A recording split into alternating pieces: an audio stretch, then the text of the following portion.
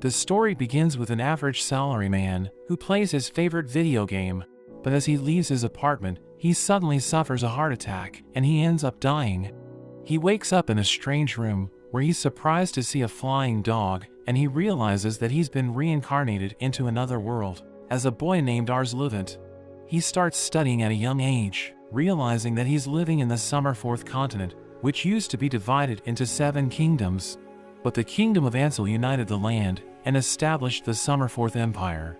He learns about the existence of magic in that world and realizes that he's a member of a noble family which rules a small region called Lamberg. He's happy that he has everything he needs because the servants are looking after him, and he visits the barracks where he watches the soldiers as they train. He sees a soldier named Melis struggling, so he uses his unique appraisal ability, which allows him to see Melis's stats.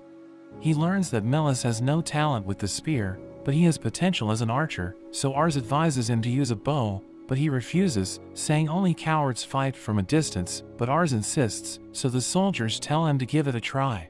He reveals that he has never used a bow before, but Ars tells him to go for it, and he ends up hitting the target in his first attempt. The soldiers can't believe this, thinking he just got lucky, so they tell him to try again, but he keeps hitting the target with incredible precision. So they recognize his skills, thinking he will become an excellent archer, and they wonder how Ars learned about his talent. But Ars doesn't want to tell anyone about his ability, thinking they won't believe him because he's the only one who can use it, so he tells them it was just his instinct. He starts thinking about his ability as he looks at the mirror, trying to check his own stats, but he realizes that he can't, so he concludes that it only works on other people. While having dinner with his family, his father Raven is impressed that he was able to discover Melissa's talent. We learn that Raven used to be a commoner, but he rose to power because of his amazing combat skills, and Ars checks his stats, realizing that he's the greatest warrior in the land. He tells Ars to focus on his instincts, thinking it's going to be useful when he becomes the ruler, and he realizes that he needs to prepare for his future. So Ars starts studying about the Empire, but he realizes that the future is going to be chaotic because the rulers are corrupt and the peasants are revolting. He's afraid that the Empire is on the brink of war, so he needs to learn how to lead his forces in battle, but he knows that he lacks combat skills, so he isn't sure if he can protect his people. He thinks his ability might be able to help him, so he walks around the village, trying to look for the perfect soldier. But he realizes that everyone lacks talent, and he becomes exhausted because his ability strains his eyes. He suddenly sees a boy named Reitz as he gets kicked out of a shop, and everyone looks down on him because he's from an inferior race called the Mockans. Ars gives him food, and he starts eating as Ars checks his stats, and he's completely stunned because it's absolutely insane. Reitz is about to leave, but Ars follows him, inviting him to become his retainer because Ars wants to gather the cream of the crop so that he can strengthen his army. Reitz doesn't believe him, thinking he wants to play a game, but he explains that he's a noble, showing Reitz the Louvent family crest and telling him that he has immense potential. But he thinks he's going to cause trouble for Ars because everyone hates Mockans, so he declines, and he starts walking away. But Ars refuses to give up, telling Reitz that he can eat as much as he wants if he becomes a retainer, so he ends up changing his mind. They enter the Louvent mansion, where the servants give Ars his food, but they give Reitz a simple meal, thinking that's all he deserves. So Ars realizes that they hate Mockans, thinking he can't talk them out of it, so he sits beside Reitz and shares his food with him. The servants are shocked by this behavior, but Ars tells them that Reitz is his honored guest, so they start treating him well, and Ars asks him what he was doing in the village. So he reveals that he used to work as a mercenary, but his companions died in battle, so he started wandering alone, and he ended up in the village. He explains that he tried to join the other mercenaries, but they shunned him because he was just a child, so they thought he wasn't a capable fighter. One of the servants interrupts them, saying it's time for Reitz to leave, but Ars explains that Reitz is going to become his retainer, so the servant absolutely loses it. Raven learns about this, so he calls Ars, telling him that a Malkin wouldn't make a good retainer, but he explains that Reitz has incredible potential, saying it would be a waste to let him go. But Raven doesn't believe this, reminding Ars that Mockans are inferior beings, but he explains that he believes in Reitz's talent, telling Raven to test his abilities. Raven recalls that he was able to discover Melissa's talent, so he decides to give Reitz a chance, promising to hire him as a soldier if he passes the test. Ars is happy to hear this, but Raven explains that Reitz will have a mock duel with him, so Ars becomes nervous, telling him that Reitz is only 14, so he still hasn't reached his full potential. Ars checks their stats, and he realizes that it's not even close, but his father explains he will go easy on him, so Ars thinks he might stand a chance. They make their way to the barracks, but Reitz wonders why Ars wants him as a retainer, because he's being persecuted wherever he goes. But Ars explains that he needs Reitz's help, saying he's going to become the lord of the land, so he needs someone capable of leading his army. They reach the barracks, where Raven prepares to fight, ordering Reitz to take a sword, and he explains that Reitz will win if he manages to land a blow before the timer runs out. Raven charges in, and Reitz struggles to defend himself, as Raven continues to pressure him. Ars thinks he's in trouble, but the soldiers are impressed, because he's able to keep up with Raven, who has a reputation for crushing soldiers in an instant. He manages to land a hit, knocking Reitz down, and Raven tells him he's running out of time, but he refuses to give up, realizing that Ars is counting on him, so he decides to fight seriously. He charges at Raven, who tries to stop him, but the light blinds him, and he barely manages to block Reitz's attack. Everyone can't believe this, and Raven admits that he lost, because the attack grazed him, so he decides to hire Reitz as a soldier. Ars thanks his father for giving Reitz a chance, and Raven admits that he has talent, thinking he will become a great swordsman.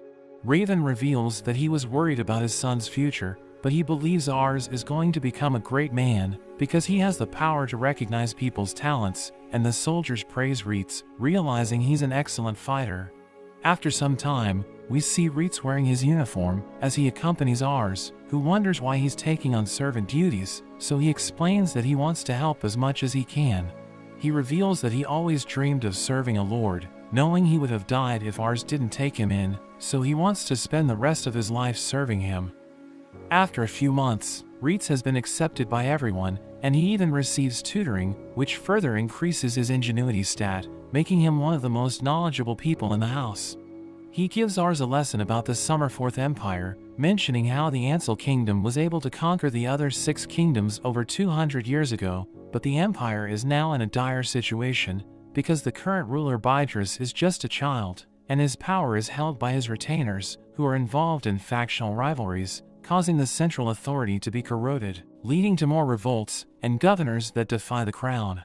Ars thinks that the conflicts will only continue to grow, so he must prepare and gather the most talented people to his side. He wonders where the next conflict might be, and Reitz mentions their province of Missian, because the governor is old and in poor health, so there's a high chance he will die in the next few years. He has 2 sons, but hasn't decided on who will succeed him.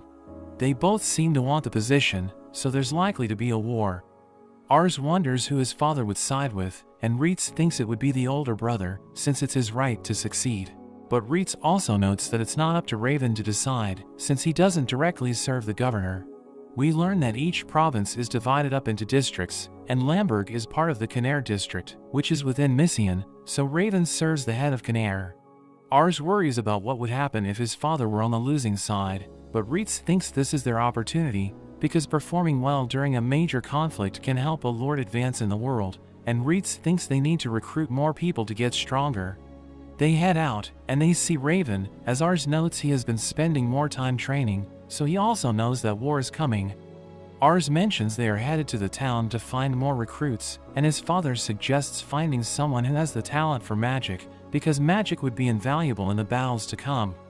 We see that Ars once tried to learn magic, but he quickly realized that he had no aptitude for it.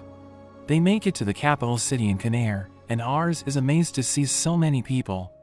Reitz notes that there are around 50 times more people than Lamberg, and the Pyre House rules the district. Ars notices how everyone looks wealthy, wishing the people of Lamberg could also be like this, and Reitz thinks they will be able to find someone with potential since there are so many people. Ars starts looking around with his appraisal, but after some time, there's no one that has caught his eye. They decide to keep looking, but Ars notices an alley where all the homeless are gathered. Ars wants to help them, but Reitz thinks there's nothing they can do in their current position. Ars thinks about how he thought the town was amazing, but thinks he wants to create a place where even those who are less fortunate can make a life for themselves, and Reitz is glad to be serving him. They reach the market, and Ars is amazed looking at all the different foods. A man offers to sell him a dragon egg, and Ars immediately imagines having a dragon as a pet. He decides to buy 3 of them, but Reitz suddenly points his blade at the man, accusing him of being a scammer. The man says he's legit, but Reitz knows that trade with the northern continent was frozen, so it's impossible for him to have dragon eggs. He prepares to end the man for his lies, but Ars holds him back, as the people start to stare at them. Reitz apologizes for his outburst, but Ars thanks him for looking out for him. They have a break for lunch, and Ars notices a candy stall, so he rushes over to try it, but he suddenly gets bumped into, and he realizes he was robbed. Reitz goes after them, and he manages to grab their cloak, revealing them to be a girl. She turns a corner, but she's surrounded by some thugs who start beating her. Ars tells them to stop, and one of the men attack him, but Reitz stops him, taking him out with a single punch. He easily deals with the other 2 men, and they all stumble away, saying it's not over. Ars checks on the girl, but he's amazed when he sees her stats.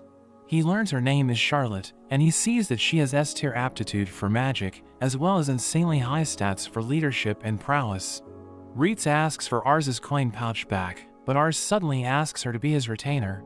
Reitz thinks she's just a thief, but Ars mentions her talent for magic, and Charlotte refuses to serve a child like him, saying she has never even used magic before. Ars becomes desperate to convince her, thinking she's stealing because she has a hard life, so he mentions how he will give her food and a salary, but she just thinks he's a spoiled rich noble. She thinks he doesn't deserve his privilege, thinking he was just lucky to be born a noble. She refuses to become a tool for him, but Ars swears he's different, mentioning how he wants to someday create a place where everyone has an opportunity, but Charlotte mentions how they can't wait for someday to come, because every day is a struggle for them. Reitz understands her, but still demands for her to return the coin pouch. Charlotte gives it back since they saved her, and Ars asks her about the men, so she explains they were the men of a slave trader. She was caught stealing from a noble, so she was sold off as a slave. She managed to escape from the slave trader, but they then sent the men after her. Ars wonders why she stayed in the town after escaping, but we see a bunch of children that rush up to her, and she explains how she couldn't just leave them behind.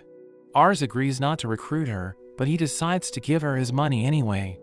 At night, Ars continues to think about her, and Reitz notes how he was in a similar situation as her, so he understands how she feels. He thinks she must have been treated terribly by nobles in the past, and she must see everyone as an enemy, but he tells Ars he's different. He thinks about the flaw behind his plan to create a better place, but at that moment, they hear the kids from earlier calling for Charlotte. Ars rushes down and asks them what's going on, so they tell him that Charlotte was taken. We learn that Charlotte can't remember when she last cried, and she lived a miserable life because her parents abandoned her. So she had no choice but to steal from others, wondering why she was even born into this world. The men take Charlotte to their boss, and they beat her up, wondering why she isn't crying, but their boss Albert reminds them not to ruin her appearance because she's already been sold. They take her money away, and she tries to resist, but one of the men stops her. She thinks about the children, knowing they need the money to survive, but Albert thinks her life is worthless, so he tells her to accept her fate. But Reitz suddenly arrives, and he attacks the men, knocking them down. Ars approaches Charlotte, and Albert recognizes him as a noble, asking him if he needs anything. So he tells him to release her, but he refuses, saying she's his merchandise, and she tells Ars to mind his own business. But he tells her he's worried about her, because her eyes always looked empty, and he notes that she lacks ambition despite her exceptional talent. Albert has no idea what he's talking about, so he explains that she has given up on her future because she has lost hope, but Albert laughs, reminding him that she's just a slave. So he becomes upset, telling Albert that he's robbing her of her future, and he mentions that she should be able to decide what she wants to become. We learn that Charlotte decided to close her heart, and she never cried, because she thought it was a sign of weakness, knowing she needed to do what was necessary to survive. But she suddenly starts crying, and Albert has had enough, so he tells his men to get rid of Ars. One of them threatens to beat him up, but Reitz stops him, telling them they deserve to die, because they made his master angry. They try to take him down, but he easily defeats them, so their mages cast a spell, trying to burn him alive, but it doesn't work, and he gives them a beating. He thinks they're pathetic, but Albert calls his right-hand man, revealing that he used to be the captain of an army, but he got kicked out because of his poor behavior. So Charlotte is worried, but Ars checks his stats, realizing he's nothing special, and he tries to attack Ritz, but he realizes he's no match for him, and he ends up getting knocked out. Albert can't believe it, and he wonders what he did to deserve this, reminding Ars that slave trading is legal in the city. So Ars offers to pay him, saying he will buy Charlotte, but Albert refuses, because he already has a buyer. But Ritz advises Albert to value his credibility, knowing his business will suffer if the people find out his slave has been taken away. So Ritz suggests telling the buyer that someone else bought Charlotte for a higher price, threatening to kill him if he refuses to obey. So he decides to let them have her. They're about to leave the city, but Charlotte explains there's somewhere she wants to go, and she leads them to her secret place, which gives them a beautiful view of the city. She explains that she goes there to clear her mind, and she asks Ars why he wants to create a peaceful city for people like her. So he tells her it's because he likes kids, so she finds him weird, reminding him that he's also a kid. But he recalls his past life, and we learn that he was always exhausted because of his duties, but the smiles of children always brightened up his day. So he believes that they give people hope, thinking they're inspiring everyone to work towards a brighter future. So he wants to give them a place to enjoy their lives, thinking it's his duty as a ruler, and she likes his answer, so she decides to join him, saying she wants the children to be happy. Ritz decides to test her, so he gives her a magical pendant, telling her to cast a spell while wearing it, but she explains that she has never used magic before. So he teaches her how to cast a basic spell, and she follows his instructions, allowing her to create a fireball, which causes a massive explosion. Everyone sees it, and they're amazed by its destructive power, as the pendant shatters after she has consumed all of its energy. Ars and Ritz can't believe how powerful she is, thinking she's amazing. She asks Ars if he's going to give her food and shelter, so he confirms this, saying he will even give her a salary. So she asks him if he can give her salary to the children in the city, because she wants to help them survive, and he promises to do this, so she decides to serve him to the best of her abilities. She says goodbye to the children, and they start crying, as Ars notes that he was able to recruit talented vassals, thinking they will serve as valuable assets to his family. But he wonders if he'll be able to fulfill his duties, because everyone has high expectations for him, but he's determined to achieve his goal. They start traveling, but they see Charlotte eating like a pig, so Ritz thinks they need to teach her basic manners, because she'll be joining Ars during his gatherings. But she isn't interested in learning it, thinking it's a waste of time. They reach the mansion, but Raven refuses to let Charlotte join the army, thinking she's worthless. But Ars tells her to display her powers, so she casts a spell, and Raven can't believe how powerful she is, so he agrees to let her join. 3 years later, we see Raven's army returning from battle, and we learn about their territorial dispute with the Duchy of Sayetz, which forced Raven to serve in the military. Ars asks him about the battle, so he explains that they crushed the enemy, saying Charlotte's magic led them to victory. We learn that she's now recognized as the strongest mage on the battlefield, and she leads the magic unit, which is an indispensable part of the army. We see that Ars has newborn siblings, and they both have remarkable talents, so he thinks they will be able to support the family in the future. Ritz tells him about the Kiska brothers, saying they're from a hunter family that just moved into Lamberg, and they appear to be talented. So Ars decides to look for them, and Charlotte volunteers to go with him. They search around the woods, and they see a creature running away, but an arrow takes it out in one shot, and a pair of hunters arrive. Ars uses his ability, realizing they're the Kiska brothers, Gatus and Marcus, and he recognizes their talents, thinking they will make competent soldiers. They invite him to their house, where their father Greg prepares a feast for them. Charlotte tastes the food, saying it's delicious, and Gatus explains that it's the creature they just hunted, which is called a Suwu. Greg asks Ars what he's doing in the woods, so he explains that he wants to invite Gatus and Marcus to join the army, because he knows they're talented, and Greg is overjoyed to hear this. He tells Ars that he has another son named Rizal, but he isn't as capable as his brothers, and they see him taking bread from the table, so Greg scolds him, telling him to greet their guests. Ars uses his skill on Rizal, realizing he's a genius, because his intellect is off the charts. So Ars tells Greg that he wants to make Rizal his vassal, but Greg thinks it's a bad idea, saying he will just cause trouble. But Ars asks him if he wants to join them, and he becomes frightened, thinking he needs to go to the battlefield, so he refuses, telling Ars that he doesn't want to die. He returns to his room, and Greg tells Ars that he's been locking himself in his room ever since his mother died, so he doesn't have any life skills. But Ars explains that he's a genius, thinking he will make an excellent tactician in the future. Ars enters Rizal's room, realizing he's reading a book, but he explains that it's the only one they have in the house, and his mother used to read it to him. He explains that the book gives him peace of mind, so Ars invites him to his library, saying he can read as much as he wants.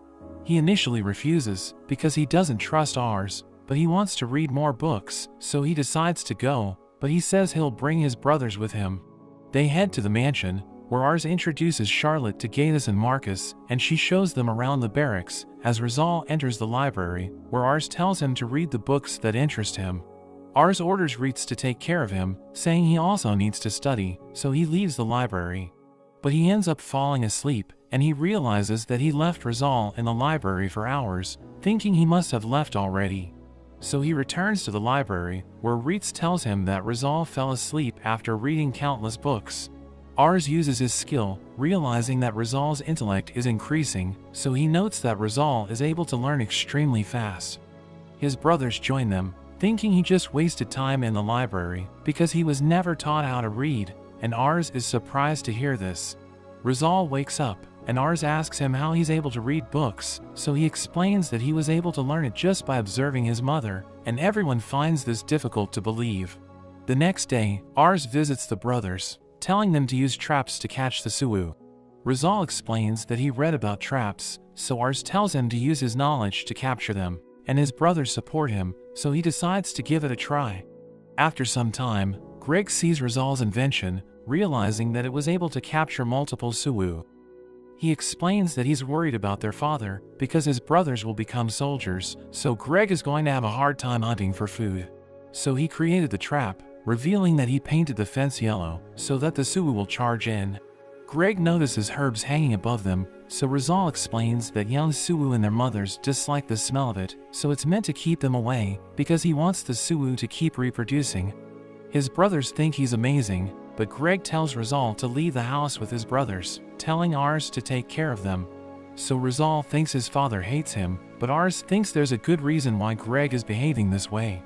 That evening, Rizal thinks about his mother, thinking his father hates him because her health declined after she gave birth to him, so he blames himself for her death.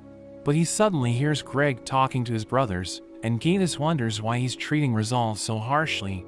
So he explains that he wants Rizal to hate him, thinking he has failed as a father because he wasn't able to recognize his son's talent.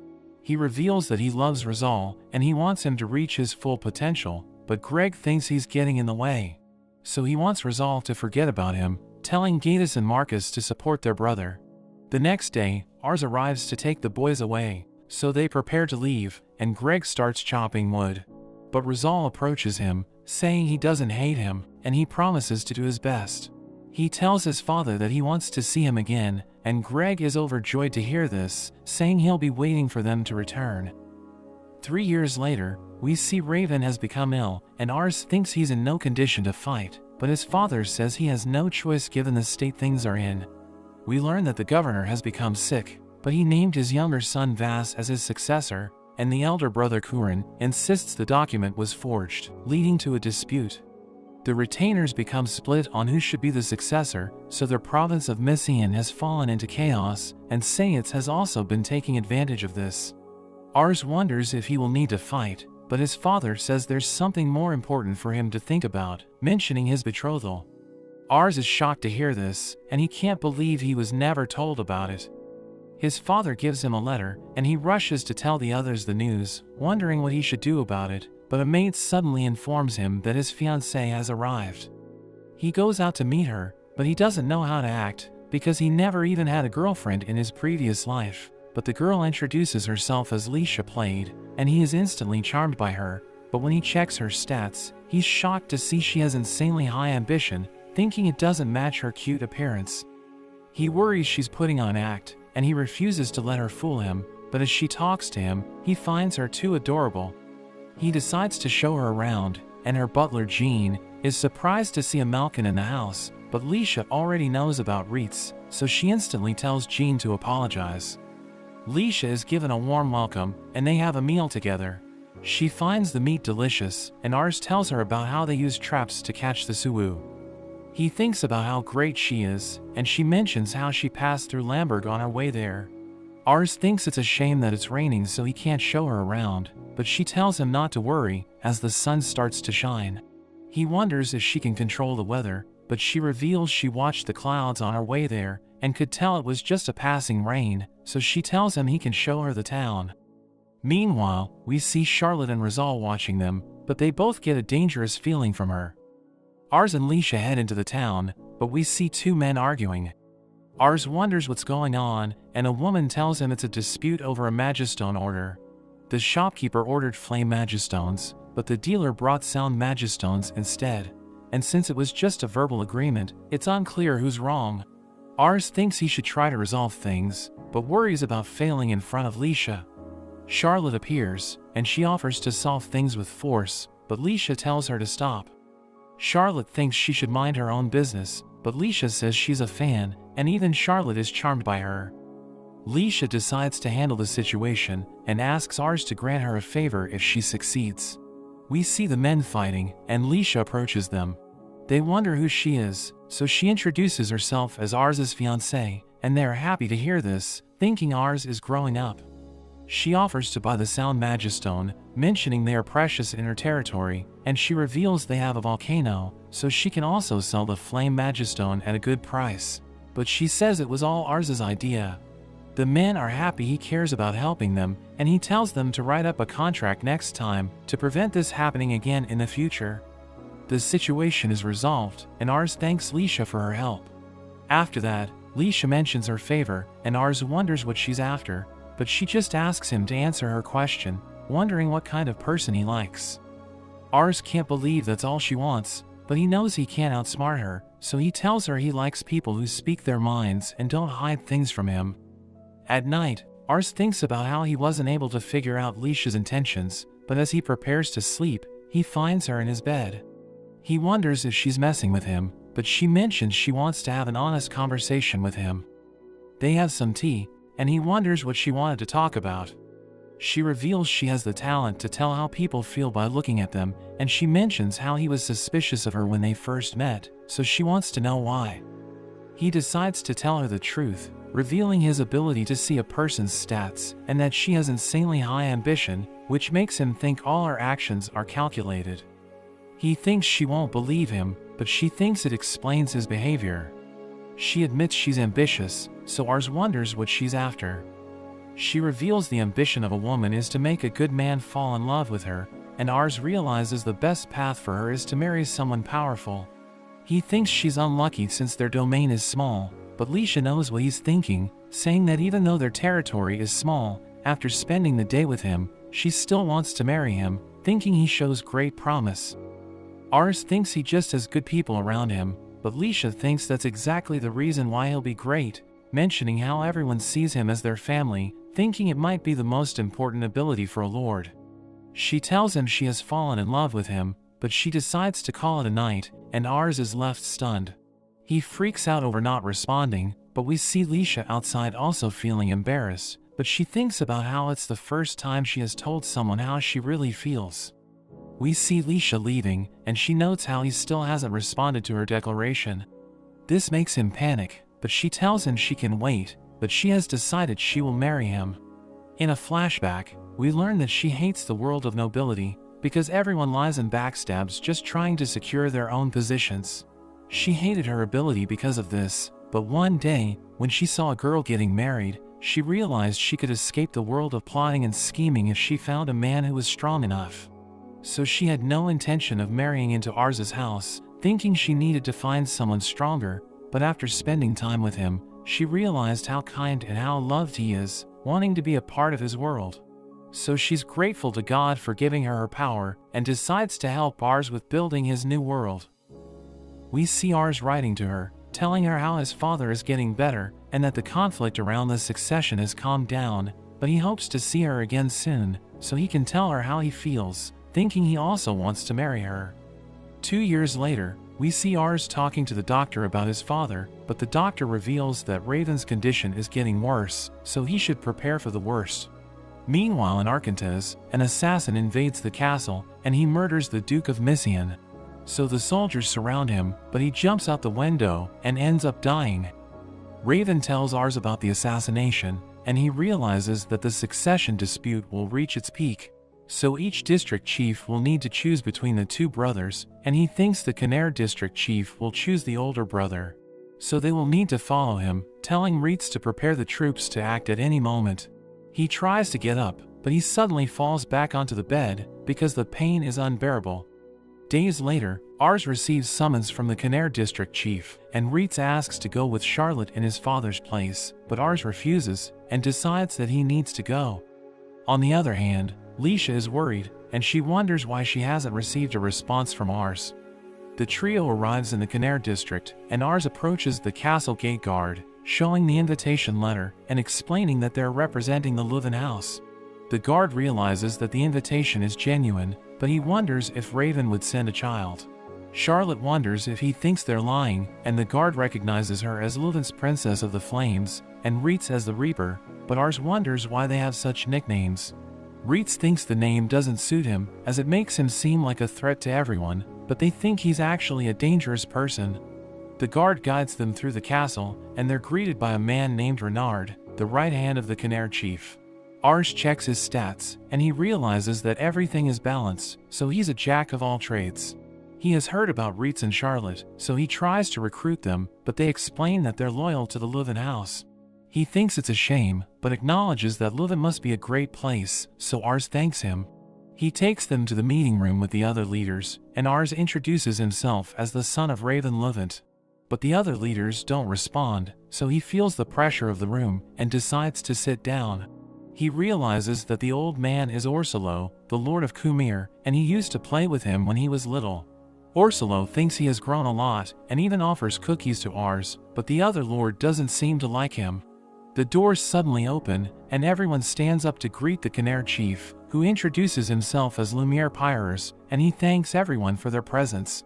Ars uses his ability on him, and sees his stats match those of a territory chief, with high prowess and well-balanced stats. He also realizes how Renard compensates for Lumiere's weaknesses, so they're perfect together to manage the territory. Lumiere confirms that the governor's assassination will cause a succession war, so he has decided to support the older son Courin, as Ars notes that his father was right. Lumiere asks if there are any objections, but everyone agrees with him, so he asks them to prepare the troops for war and ends the meeting. Lumiere goes to talk to Ars and wishes his father well, commenting that the Louvent house is proving to be very strong despite being small. He congratulates Ars for representing Raven and admits he has high expectations for them.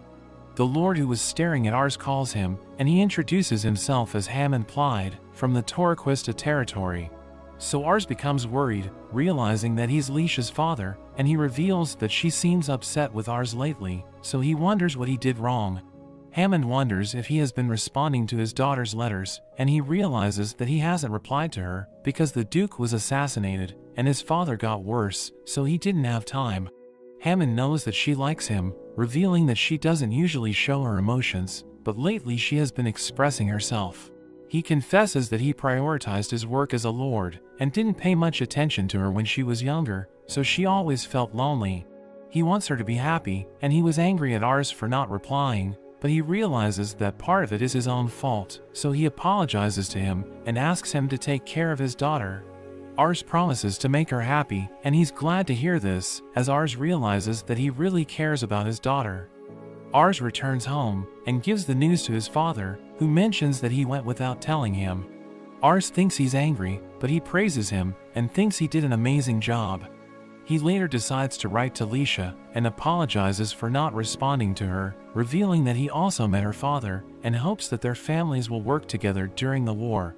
He also remembers his promise to Hammond and decides to win the war to protect Lisha. The next morning, Ars trains with Reitz, who is worried about him because he's been training all day, but he refuses to stop.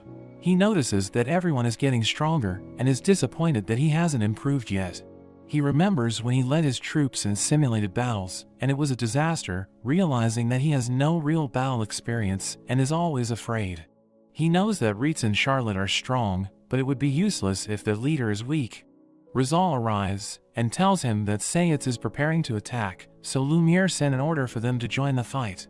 Sayitz is invading Mission by attacking Orsollo's territory, and if it gets conquered, then they'll be next. Ars knows his father can't go to battle, so he realizes that he must be the one to go. He trembles at the idea, but orders everyone to prepare the troops, and Ritz promises to help him win his first battle. The troops are gathered, and Ars begins his speech, but Raven suddenly appears, and he refuses to let Ars go to battle. Ars mentions that he's in terrible condition, but he doesn't mind dying for Lamberg. Ritz tries to intervene, but Raven tells him to stay out of it.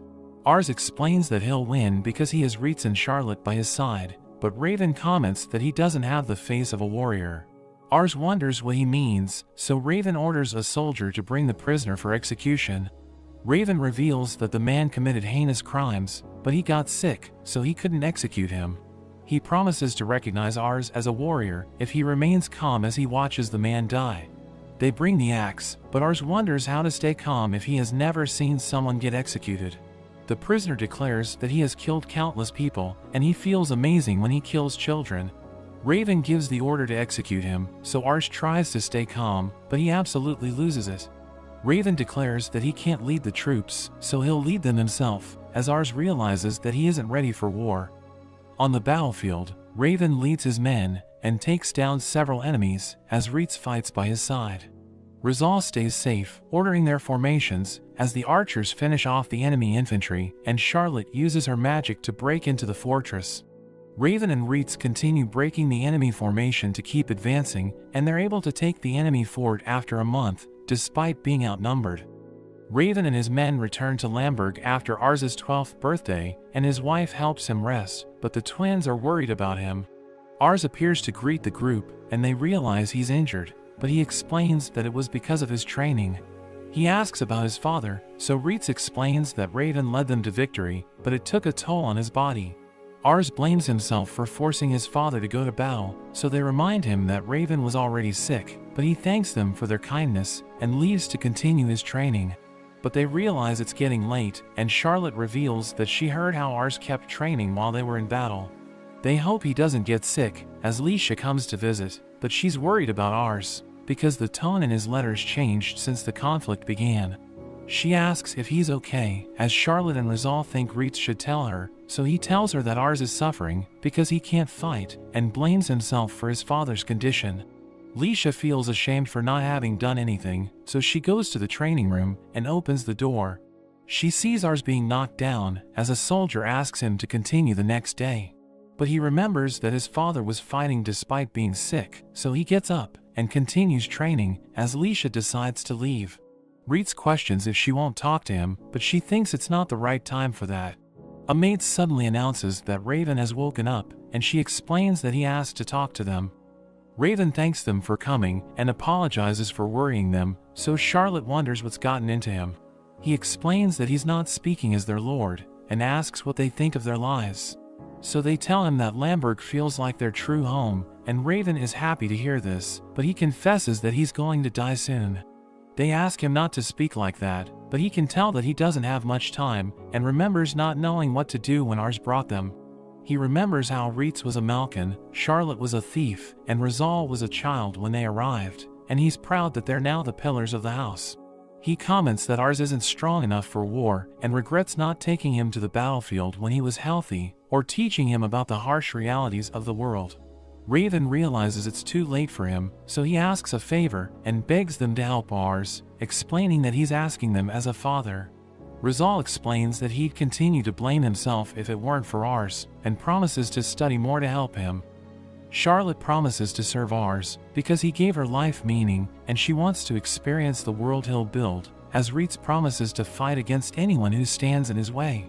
They thank Raven for accepting them, and Ritz mentions that he also has a request to make. He opens the door, telling Leisha that Raven wants to talk to her, so she enters, as the other three leave the room. She introduces herself to Raven, who apologizes for seeing him in such a sad state and asks if she remembers when they first met. She's surprised because she doesn't remember, so he confesses that he was the one who asked for her engagement to Ars. He saw her at a funeral and thought she was wise despite her age, noticing that she's kind, and wanted someone like her by Ars's side. She's shocked to hear this, and Raven asks her to stay with Ars, despite their house being small, but she interrupts him and mentions that Ars is doing his best to surpass him. So Raven realizes she's in love with Ars, and is relieved that he's in good hands. She leaves, and informs everyone that Raven wants to talk to Ars, so they go to the training room, and Lisha thanks Reitz for his kindness. Reitz remembers his time with Raven, and is frustrated by how cruel the world is. Ars goes to talk to his father, and is happy that he has regained consciousness. Ars reveals that he looked into Raven's illness while he was away, and found medicine that could help him recover. Ars tells him about a doctor in the province, but Raven ignores him, and comments on how much he has grown. So he becomes emotional, and Raven reveals that he was his age when he decided to become a warrior. He was born in a remote village in Mysian, which was governed by a tyrant who extorted the people. So one day, he couldn't stand it anymore, and ran away from home to live in the city. The governor of Mysian was visiting the city when he arrived, and he remembers his greatness. So he decided to become a man capable of being a governor and leading soldiers into battle. So he studied the art of the sword and fought with all his heart, which made him stand out, and he was appointed the head of a domain. He apologizes for giving him the burden of being his son, but Ars is happy to have him as his father. Raven asks him about Lisha and warns that she's fierce, thinking she takes after her mother more than Hammond.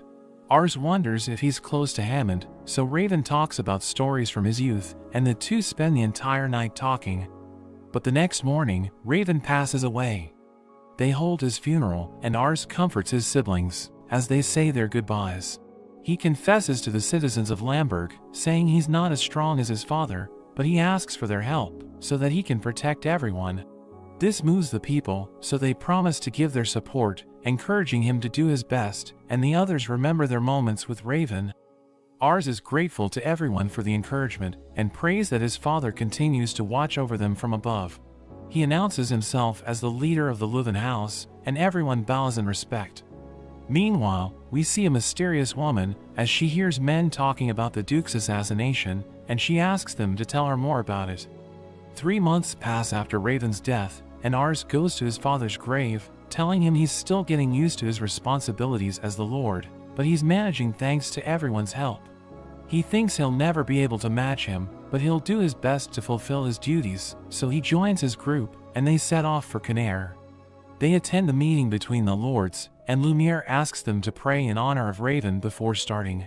He officially announces Ars as the head of the Louvent house, and Ars declares that he'll do his best to fulfill his duty. Orsolot notices that he's more confident, and everyone sees him as an equal, so they have high hopes for him. The meeting begins, and Lumiere talks about the hostilities between the brothers, Courin and Vasse. Courin was able to raise an army, but Vasse is in Arcantez, the capital of Mysian, so he has more soldiers and resources. But Renard mentions that Courin is in the commercial city of Semplar, which gives them economic superiority. Renard thinks the power of both cities is balanced, so the loyalty of the surrounding districts will be the deciding factor. Courin is trying to secure the neighboring districts, but the district of Perina refuses to yield to the pressure. Perina is a minor domain with a small army, but the shortest route to attack Arcantez passes through it, so they need to capture it to gain strategic advantage. Lumiere explains that he wants to avoid unnecessary fights, but the resistance at Perina forces him to subdue the area. Everyone seems determined, but Ars asks for permission to try to convince Perina to join them, and this catches them by surprise. Days earlier, we see that Rizal suspected Perina's behavior, as they're too vulnerable to an attack from them. So he wonders why Perina is trying to resist, and thinks they shouldn't attack before knowing their reasons. Ars asks for suggestions, so Reitz suggests hiring a group of mercenaries called Shadow, which specializes in gathering information. Ars asks him to contact them, so Reitz agrees, and Rizal advises Ars to offer to handle Perina if the topic comes up during the council. Back at the meeting, Ars explains his suspicions to the lords, so Lumiere is convinced, and asks him to try to find out what's going on. Ars is relieved that the meeting is finally over, since it still makes him nervous, but everyone comments that he was amazing. They suddenly notice the orphans greeting them, and Charlotte can't believe how much they have grown. She gives them smoked meat, as Ars realizes that they're doing well in the orphanage he built, and we learn that he ordered his people to take in as many street children as possible. He realizes that they have grown a lot, as they start expressing what they want to do after leaving the orphanage, thanking Ars for changing their lives. He mentions that Charlotte sends most of her salary to help run the place, so they also thank her. She's happy that Ars built the orphanage in a big city like Canaire, thinking it's a great idea, and he agrees with her, because the children have more opportunities in the city. But he's surprised to see Leisha, who explains that she decided to accompany her father to the meeting, so she came to see her fiancé when she found out he was also in town. Ars thinks she shouldn't bother, and doesn't know how to act, as Leisha sees the children around him, thinking happiness always follows him. One of the children suddenly dirties her dress, so Ars freaks out, but she just takes off her shoes and plays with the child, so he thinks she's amazing. At night, Ars and the others stay at the orphanage, as we see Charlotte sleeping with the children. He's talking to Leisha, who wants to accompany him to meet the shadow mercenaries, but he's worried about her going, telling her it's too dangerous. But he can't win the argument, so he gives up, and promises to pick her up at her lodging the next day. But she reveals that she'll spend the night at the orphanage, so they're shocked, and realize why she brought so much luggage. Ars decides to prepare her room, but she insists on sleeping with him, which surprises him even more. Charlotte wakes up with the commotion, so they end up fighting over who gets to sleep with him. Ritz and Rizal wonder what's going on, but Charlotte grabs Rizal, so that everyone can rest together. The next day, the boys note that they didn't get any sleep the night before, so they're still exhausted. Ritz informs them that the meeting with Shadow has been scheduled, so they thank the women at the orphanage for their hospitality. As they head to the bar, Ritz reveals that he got in touch with Shadow through a colleague from his mercenary days. He explains that mercenaries have different specialties, and Shadow's work includes more espionage and information gathering, but sometimes even assassinations. So Ars is afraid of them, but Ritz is more worried about the new leader of the group, explaining that he's extremely competent and he took them to another level. But Ritz reveals that he only accepts jobs that catch his attention, so Ars hopes he'll accept the job. They arrive at the bar, where they're served by beautiful waitresses, but a man tells them to leave, so Ritz gives him the secret code, and he allows them to enter. They wait at a table, but notice that everyone's glaring at them. Ars realizes that the leader might be in the room watching them, so he uses his ability to scan the area. But a waitress comes to take their order, and Ars seems surprised when he sees her stats. He becomes nervous, and excuses himself to use the bathroom, where he checks Ritz's stats, because he wants to make sure his ability is working correctly. He reveals that the waitress is actually a man, who had a skill of 92, and an ingenuity of 90, so Ars sees him as a threat. He suddenly grabs Ars, threatening him with a knife, and he asks him how he found out he's the leader of Shadow. But Ritz throws a knife, so he releases Ars, and Ritz grabs his arm, telling him he has no idea who he's messing with. He wonders how Ars was able to ask for help, and Leisha suddenly enters, telling him not to underestimate them. She explains that he's obliged to listen to Ars's request to make up for his rudeness, and he tries to refuse, threatening to escape after eliminating Ars. But Leisha thinks he has already realized this isn't possible, because Ritz is capable of taking him down, explaining that she would hunt him down if he kills Ars. Ars realizes that she can be scary, and the chief laughs before accepting Leisha's request, but he's still curious about how Ars discovered his identity. So he reveals his power to see the stats and potential of people, calling him Mazik, which shocks him, because he hasn't used that name for a long time. He introduces himself as Fam, but acknowledges Ars's power for knowing his old name, and thinks his ability is a nightmare for a spy like him. He confesses that he likes him, and decides to accept the job, explaining that he must be a winning horse based on the people around him. Ritz congratulates Leisha, and she reveals that she noticed something was wrong with Ars's expression before he left them, so they decided to follow him. They tell Fam about the job, so he charges a gold coin, saying they need 5 days to gather the information, but Ars is shocked at how fast they are. We see Charlotte eating with Rizal, as the trio returns to the bar, and reveals that they have already managed to speak with the leader, and he approves the request. Pham interrupts them and offers a free meal to Charlotte, as Ars is shocked by his acting skills, thinking he moves like a girl. 5 days later, Ars and Reitz return to the tavern, but Pham is the only one there.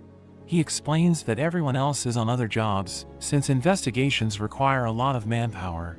He reveals that the request was a success, and Ars is shocked to learn that he personally handled their request after it piqued his interest. Ars realizes that his abilities put him at the top, which is why he's the leader of the Shadows despite his average leadership stats. Pham refuses to disclose his secrets about how he obtained the information, and decides to show why Purina won't ally with Kurin, giving Ars a piece of paper. It's a pact with signatures and seals of nobles allied with Vass, and Reitz notes that all Vass's allies would have a copy of this. They notice Purina's seal, but Reitz is shocked to see the mark of the district of Massa. He explains that it's a city near Lamberg, and the district has a large population, so it has one of the largest military forces on the continent, making it a valuable asset in the war. Reitz was happy that Massa had also allied with Kurin, but it seems they have betrayed them and will side with the younger son. He notices that if Kurin and his allies invade Purina, Massa can attack and neutralize them with a surprise attack, turning the war to the enemy's side. Pham thinks Purina has determined that Kurin will be the loser in the succession battle, which explains why they didn't agree to an alliance. But Reitz wonders if the alliance pact is genuine, since it's not easy to obtain such a document. So Pham repeats that he doesn't share his methods, and it doesn't matter how trustworthy he is, but assures that he found the document where the chief of Purina lives. Reitz apologizes for doubting him, and Pham understands it's a common doubt. Ars is impressed that he was able to obtain this information alone, thinking he's a true ninja. He decides to pay him, but Pham doesn't accept his money because he wants to make it up to him, reminding him that he was rude when they first met. So Ars thanks him, but decides to pay a little more for the next job, as he's grateful for the service. They go to Canaire, where they tell Lumiere the results of their investigation. But he questions the authenticity of the document, so Ars assures him that it came from the chief of Purina's house. Lumiere is surprised, since Adam, the chief of Massa, always thought highly of Kurin, and orders Renard to send the document to the other lords. He praises Ars for finding it, because it helped them avoid a bigger problem. Renard takes a closer look at the paper, and notices something wrong with the signature and seal of Massa. He compares it with another document from the same district, and the differences become clear. Lumiere trusts Renard's eye, and Ars notes that his ability doesn't show the special skills of his target, so he realizes that he shouldn't judge people's capabilities based on their stats alone. They realize that Purina was tricked into thinking that Massa betrayed them, and they think this serves to buy time for Vass. Reitz believes that what the enemy actually wanted was a temporary alliance with Purina to allow them to mine explosive mana stones. Lumiere and Renard reveal that it's an extremely rare material, and Purina is one of the only places where it can be found. It allows mages to use powerful spells and weapons, so Vass likely wants to use the false alliance to mine as many stones as possible. Rizal rules out attacking Purina, and thinks the only option now is to tell the truth and win them back, because an unnecessary battle would only weaken their side. But Lumiere mentions that he sent numerous messengers and never got a response, so Ars has a plan. Ars manages to get an audience with the chief of Purina after writing a letter pretending to want to ally with Vass, and the chief wonders how he got his alliance paper. They discuss the sudden change of sides of the Massa district and how crucial it is for the war, as Ars mentions that small territories have to make sure they're on the winning side. But he wonders if the alliance paper is real, so the chief explains that he personally received the paper from Vass. But Ars reminds him how the chief of Massa has served Kurin all this time and wonders why he would betray his lord, asking the chief to reflect on why they'd choose to risk being surrounded by enemies. So he realizes that Ars only sent the letter to get an audience with him, and he orders his men to arrest them, but Reitz intervenes, stopping the attacks. Ars declares that they didn't come to fight, and the chief of Massa suddenly reveals himself, so the chief of Purina is surprised to see him, but Ars asks him to listen. We learn that this was Rizal's idea, and Adam was furious when he learned that his seal was forged and used in a cheap trick. He reveals that Massa didn't betray Kurin, since he never signed that paper, explaining that he'd never do that. Adam asks the chief if Purina is still on Vass's side, so he declares his intention to join Kurin's side, begging them to take him back after what he did. Adam mentions his duty as a count, so he understands that he was probably doing what's best for his people, but can't deny that he was easily deceived by a failure to investigate the matter. He remembers that Ars is responsible for clarifying everything, so he decides to leave the decision to him. Ars decides to forgive him, thinking everyone makes mistakes, and is happy to have resolved this without a fight. The chief of Purina feels ashamed, but he's also grateful, and he promises to help in the best way possible.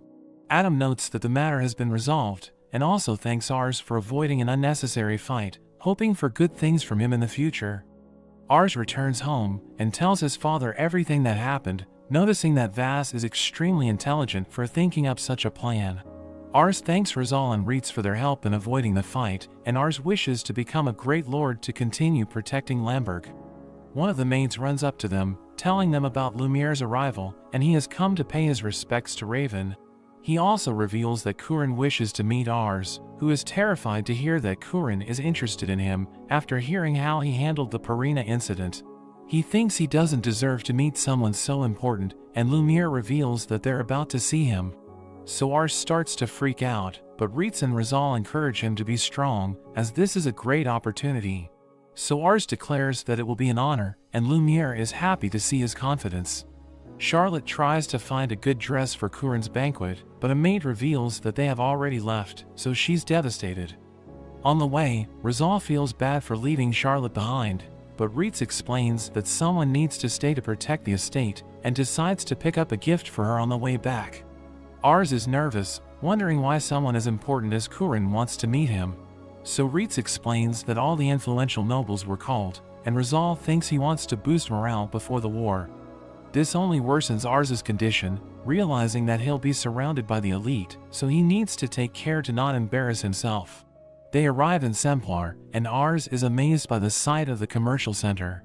He notices how big the city is, and hopes that Lamberg will be as prosperous one day. Reitz comments that the banquet will be a great opportunity, since Ars can establish connections and enhance his reputation among the other nobles, so he's determined to do his part. At night, the banquet hall is filled with Kurin's allied nobles, and Ars is nervous because they keep staring at him due to his age. He notices that Lumiere is very popular among them, and they praise his great performance as always. Lumiere suddenly calls for Ars and introduces him to the others, revealing that he was responsible for resolving the conflict with Purina, so they think he's impressive. They suddenly hear the announcement of Kurin's arrival, so they lower their heads as he enters the hall. Ars uses his ability, and finds that Kurin is indeed an excellent leader with great combat stats, realizing why Lumiere chose him. He also wonders about his brother Vas's stats, as rumors say he's even more impressive. But Ars realizes that perhaps the rumors are just an attempt to undermine Kurin's image, and wonders if someone could be planning a conspiracy. Kurin begins his speech, and declares that they're in danger, because Vas has waged war against him.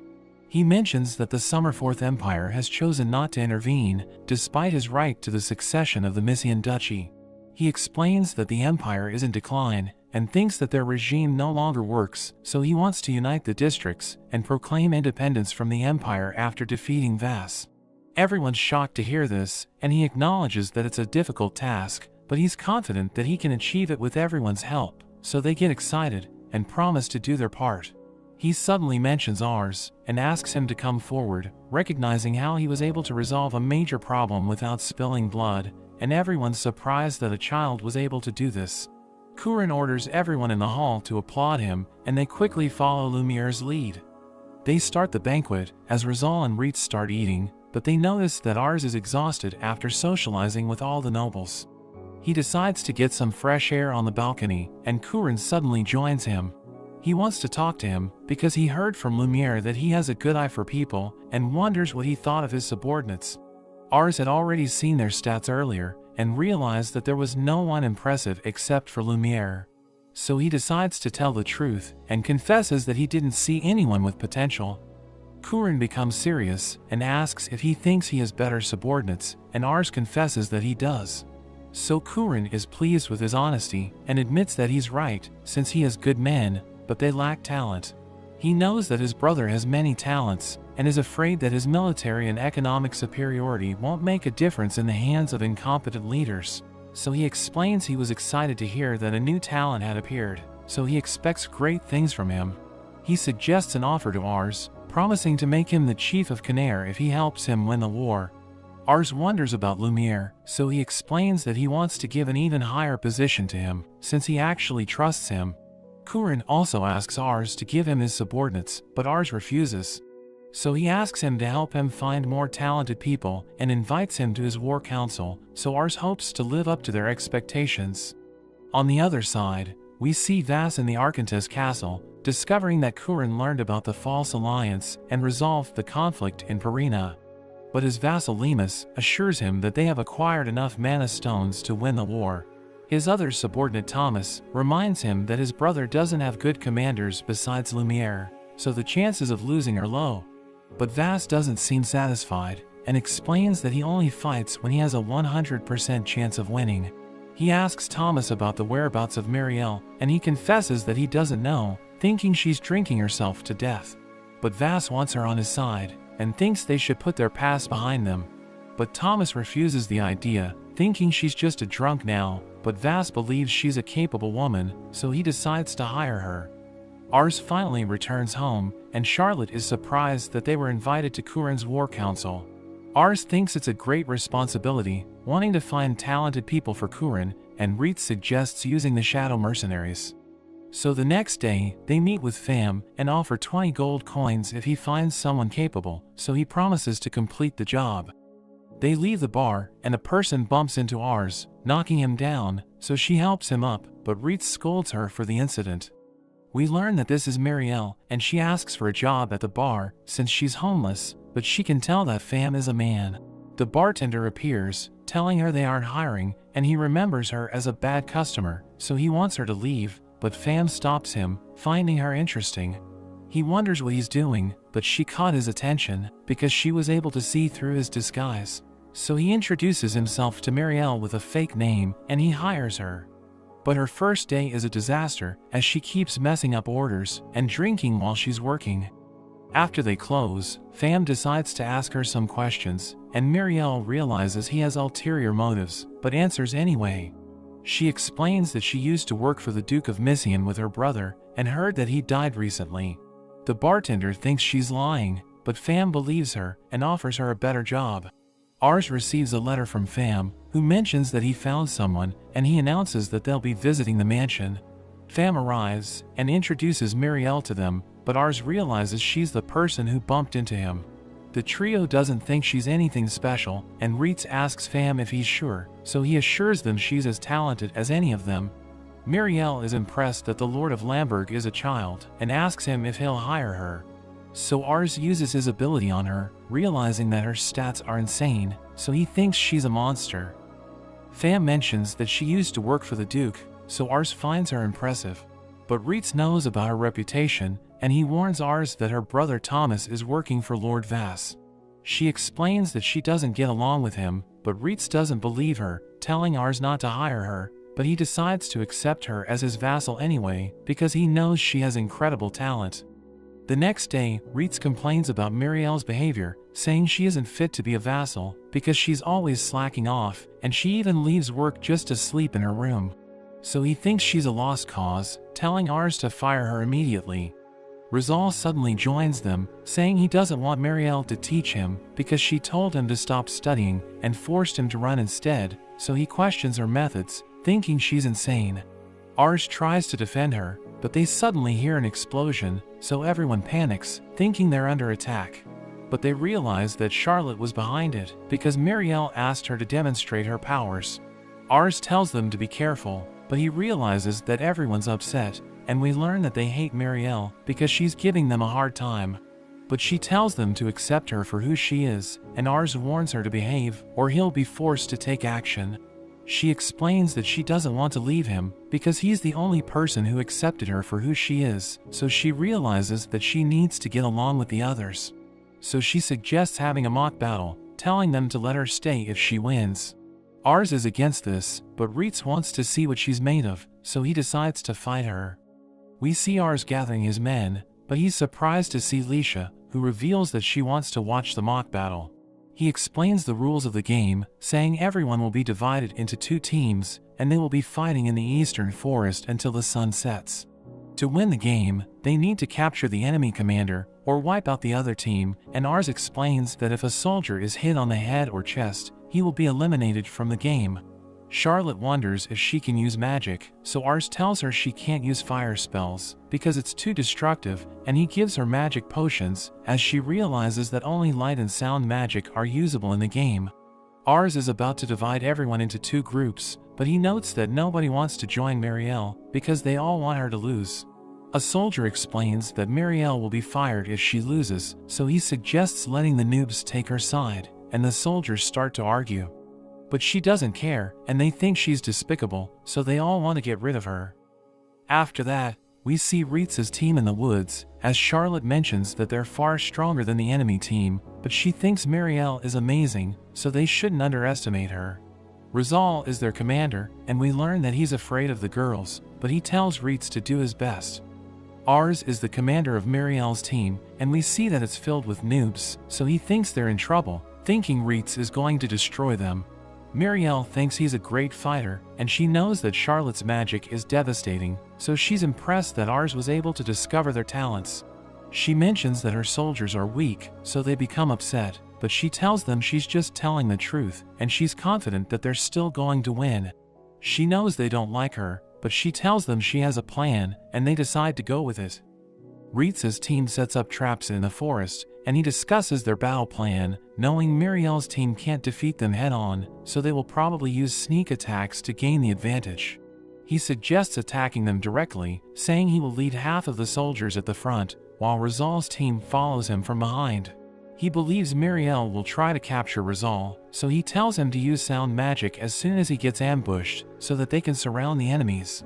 He tells everyone to remain calm, reminding them that they have the advantage, and they decide to follow his plan, as Ritz leads his group to patrol the area. But they suddenly hear an explosion, realizing that someone fell for their trap. So they rush to the scene, and they see a mage from Marielle's team, who reveals that he wants to betray her, so he tells them about her plan. He explains that she knows what they're up to, so she's planning to lure Ritz's group into a trap, so that they won't be able to help Rizal when she attacks him. But Ritz doesn't trust the boy, thinking Ars would never agree to her plan, so he admits that he was lying, saying Marielle wanted him to fake a betrayal, but he explains that he hates her, so he wants her to lose.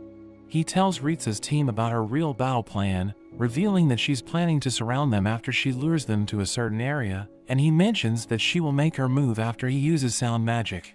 But Ritz still doesn't trust him, so he tells him to surrender his wand, and he agrees to this, but Ritz suddenly orders his men to capture him. He asks Ritz why he's doing this, so he explains that he finds him suspicious, and the soldier realizes that he's hiding another wand. So Ritz asks him if he was planning to use it to cast sound magic, and he tries to deny this, but Ritz intimidates him, so he becomes scared, and he admits to it. Ritz thinks the enemy is still waiting for the signal, so he plans to attack them from behind. He leads his men around the woods, and they see a group of enemy soldiers waiting nearby, so they launch a surprise attack. But they immediately realize that the soldiers are all dummies, and Marielle reveals that everything went according to her plan, telling the boy that his acting was amazing. Ritz asks her why she's alone with Ars, reminding her that all they need to do is capture him to secure victory. But she reveals that she's confident in her ability to escape, and she starts carrying Ars, as she challenges them to catch her if they can. So Ritz orders everyone to attack, and they start hunting her down. We see Lisha and the others cheering, and Ars thinks they're going to get caught, but Marielle tells him not to worry. Ritz is determined to win, but his men suddenly trip over. They all run into traps, and even Ritz is caught, but he jumps back out. He charges right through the other traps, so Marielle uses her sound magic on them. They're all stunned, and wonder where Marielle went, but Ritz manages to see her. He continues to chase, and Marielle notes that they haven't gotten the signal yet. Meanwhile, Lisha gets jealous of Marielle since Ars is holding onto her, so she cheers for Ritz to win. We see Rizal's group, as Charlotte wonders if they should regroup with Ritz, but they are suddenly found by Ars's soldiers, who activate their signal. Rizal notes that this is only half of Ars's soldiers, so she thinks they have the advantage in an even fight. He orders his men to attack, and Ars's soldiers know they aren't as strong, but they remember Marielle talking about how the other soldiers called them weak, so she thinks they should teach them a lesson. More of their soldiers suddenly appear, completely surrounding Rizal's group, and they start to fight. Charlotte runs away with Rizal, and she uses sound magic to get away from the soldiers, but this lets Marielle know their location. Reitz wonders why Rizal is nearby, and we see that Charlotte was also caught by her own magic. Rizal continues to run, and we learn that Marielle's objective wasn't to provoke Reitz and split him from his soldiers, but it was to find a way to get Rizal. Reitz realizes what they are after, but Marielle speeds up. Reitz is able to keep up, and he thinks about how Ars saved him and his promise to stay by his side.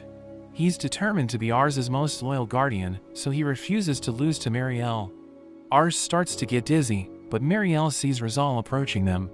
Reitz is about to catch them, but Ars throws his sound magic at him. Marielle prepares to attack Rizal, and Reitz refuses to stop, but Marielle manages to land the hit first, and Reitz admits defeat. Ars announces Marielle as the winner, and all of her soldiers celebrate. The veteran soldiers complain about their dirty tricks, but Reitz notes that there's nothing that's unfair in a battle, so they must accept the result. He still doesn't like Marielle's attitude, but acknowledges her ability and hopes to learn from her in the future. Ars worries about Marielle ruining the moment, but she tells Reitz he was incredible, and she notes that Rizal's strategy to split up was the right thing to do. She thinks things are going to be interesting, and she compliments Ars for having such amazing retainers, wondering what he plans on doing. He mentions how he just wants to have a place where everyone can be happy, so she realizes he doesn't want a world with war, and she thinks he will need to become king to achieve his goal. Ars is shocked by what she means, but she tells him that he has what it takes. They all have a feast to celebrate the success of the mock battle, and Marielle outdrinks everyone. The soldiers ask her to teach them, but she notes that they're already getting the best training from Reitz, so there's nothing for her to teach them. Rizal realizes he needs to work on his stamina, thinking they could have won the battle if he ran faster. He always thought his tactics were enough since he's the strategist, but Marielle notes that if he gets caught or dies on the battlefield, more soldiers will be lost, so he needs to be able to stay alive. Rizal is determined to get stronger, but Charlotte suddenly runs into him, and Marielle tells her to fire spells at him to help him run faster. Ars is glad to see everyone getting along with Marielle, but he thinks about what she said about becoming the king. Reitz approaches him, and he apologizes for losing the mock battle. Ars tells him it's okay, but he remembers his promise to Raven, and he's ashamed of his failure. Ars tells him he still has faith in him, and Reitz promises to train twice as hard. Ars wonders what he thinks about what Marielle said, but Reitz says that he feels the same way. Ars thinks of his dream to have a world without war, where everyone can be happy, and Reitz promises to stay by his side and help him achieve his goal. But that's where this video ends. Remember to like and subscribe to the channel. Thanks for watching, and I'll see you next time.